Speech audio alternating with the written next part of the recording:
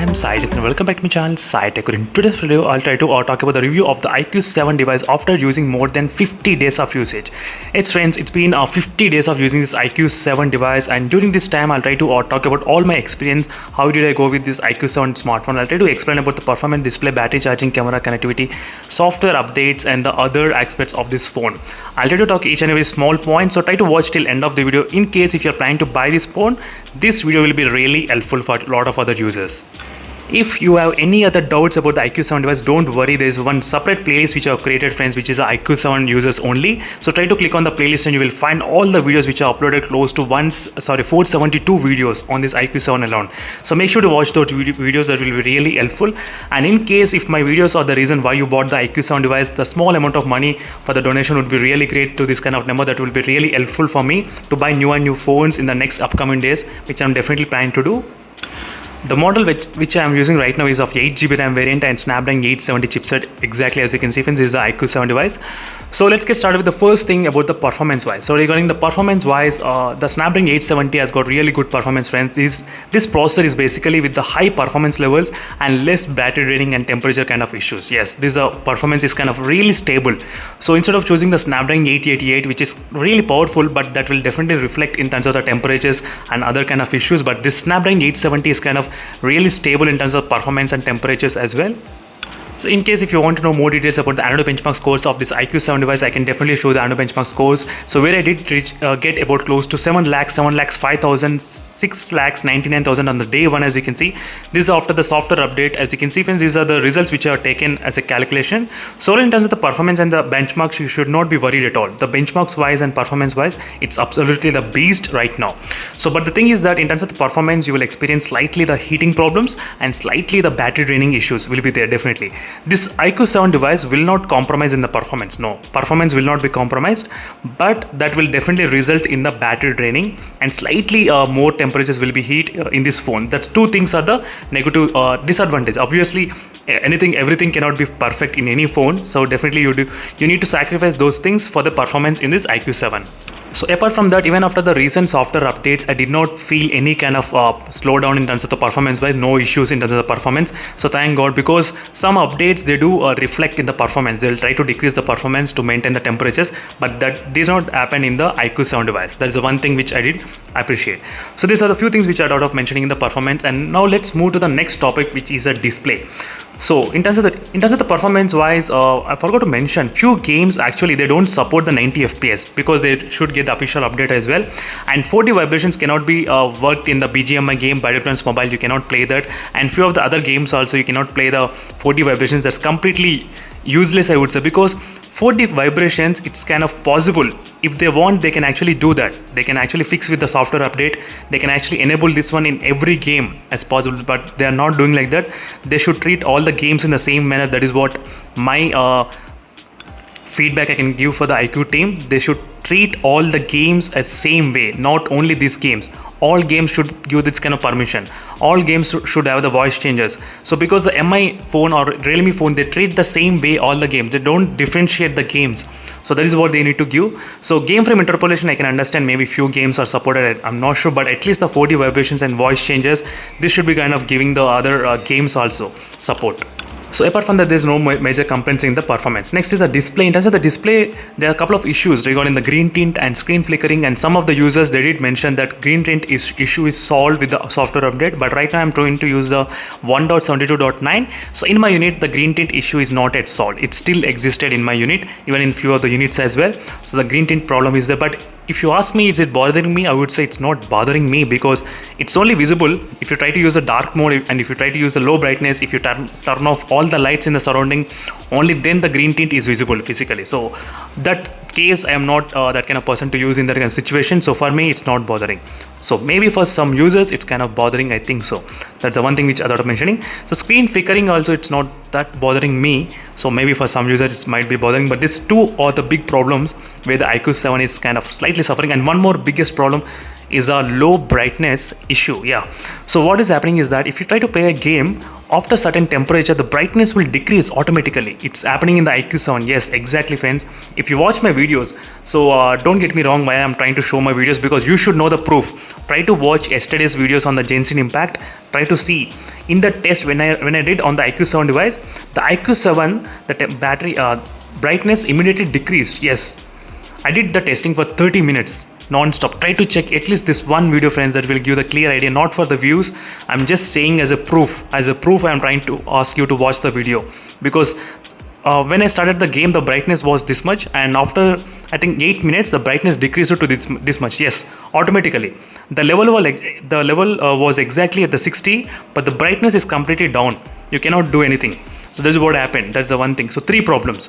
So brightness, I can understand, maybe to decrease the temperature, the IQ, they might implement this kind of mechanism, but still the user should know this kind of things. So these are the 3 main things. Apart from that, there is no display quality problems. Everything is good. The colors are really great and bright and crisp. No issues. 120 Hz working fine. 300 Hz touch sampling rate is working fantastic. No issues. Even 300 Hz also. 300 Hz touch sampling rate will be present only while playing games. For normal application, you don't get 300 Hz. So right now I'm not getting any kind of, as you can see, it's not responding. 240 Hz all I'm getting. If I try to add this application into the ultra game mode, then I will get the 300 Hz touch sampling rate. I'm trying to show you each and every small detail. I don't want to make this kind of video very lengthy. Seriously, friends, I don't want to make it, but I just want to show you all the small details which will definitely impact a lot for the users. That is what I'm trying to show you. Right now I did add this application. Let me try to open the application. Now this app will be opened in the ultra game mode boosters.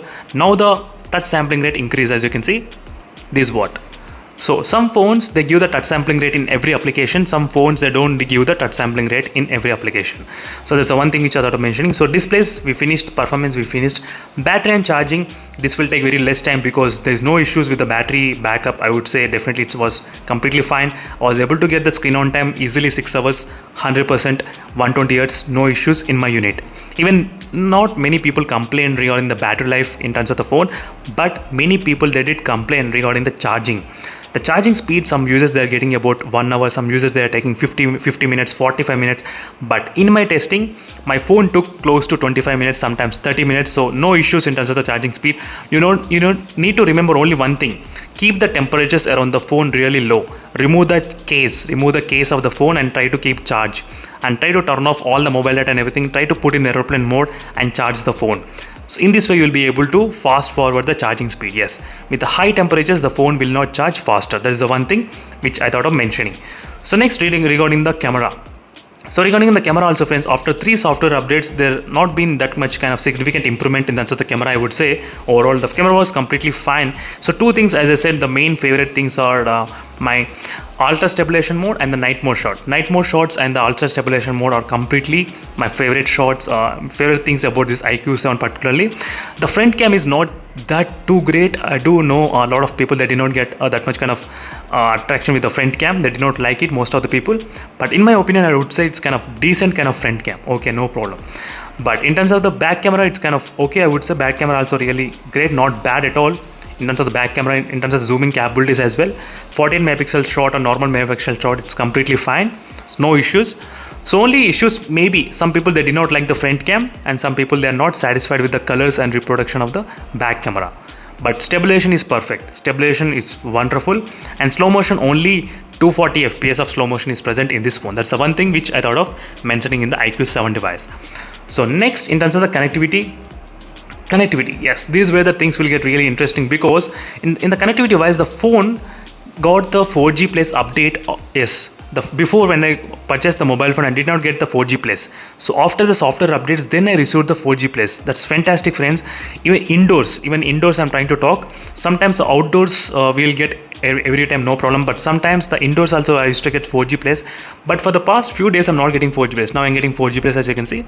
But sometimes it's staying, sometimes disconnecting. But overall, the update has fixed the 4G plus. That's perfect. There's the one thing which I did. And next, connectivity. In terms of the Wi-Fi, there's another big problem is going on in Wi-Fi, but most of the people, they are not aware of that. And even if they are aware, but they are having alternate solutions, so that's fantastic. So the thing is that if you're planning to buy the IQ7 device, and in your home, if there is only one single band Wi-Fi router with a 2.4 gigahertz, and if your internet connection is 200 Mbps speeds or any kind of more Mbps speeds, you will receive really slow speeds. Yes, because the transmit link speed is limited and restricted only to 144 Mbps. Anything above that speeds you don't get if you're connecting to single band. If your home has got two bands, 2.4 and 5 gigahertz, try to connect only to 5 gigahertz. That will give you the really high speeds. Yes, that's a fact which all IQ people definitely will agree. So if you have the single band, that's a problem. If you have dual band, no problem, that's fantastic. You'll be anyway connecting to the 5 gigahertz. So single band people, please try to consider this thing. If you're experiencing low Wi-Fi speeds, try to comment below. So make sure to check these things before actually buying the phone. So that is the reason I did change my Wi-Fi router. Yes friends, because of this IQ7 only, I completely changed my Wi-Fi router from old single band to dual band. Yes, because my phone is not detecting. Before it detected only 72 Mbps with my old Wi-Fi router. Transmit link speed. With the latest one, it detected 144 Mbps. I cannot buy more and more routers for this phone. So that's a fact which I thought of mentioning. So if you have dual band, no problem, no issues. So next, let's move to the software updates. And 5G bands, it's kind of limited only, I think, few. So that's the one thing which is not that future proof, I would say. So there's no possibility of software updates, I think so, in terms of improving 5G bands at this moment. I cannot even guarantee. That's the one thing which I thought of mentioning. So next, regarding the software updates, I did receive 3 software updates, and 3 software updates did not fix green tint issue. No, that's another big thing which still there in the IQ7 device to fix it. Green tint issue. Yes friends, that's the one thing which I thought of mentioning. So overall, I thought I did do a little bit kind of speed up in terms of explaining, because I don't want to keep this video really lengthy video. That is the reason I'm trying to speak a little bit kind of faster. Sorry for that. So overall friends, in the other categories include the vibration. Haptic feedback is fantastic friends. Haptic feedback, it's really good. When you type the keyboard, if I try to hold from the top of the position, as you can see top, I can feel the haptics. Yes, I can feel the haptic. This is a way to check the 4D haptics, how good it is. I can feel same kind of haptic level I'm getting on the top as well. That's fantastic friends. The haptic feedback is really good, and build quality is also really great, no issues. And speakers wise, some people they did complain that they are having the really low speakers. Yes, some people they did complain, and that's not a problem with the phone. I would say this problem with the hardware itself, because when you try to use the volume below 5%, below 50%, you don't get very high. You need to go above 70 and 80 and 90, only then you'll get the high volume. That's the one thing which I thought of just mentioning.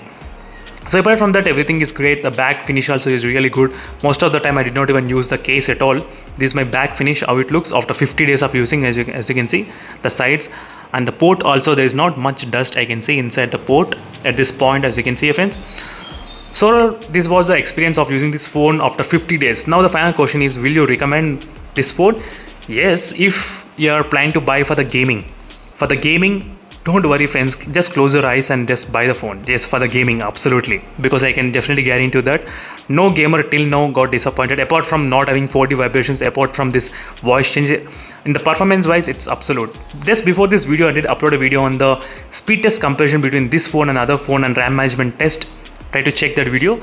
15 games I did do the multitasking test, and 11 games were open in the background.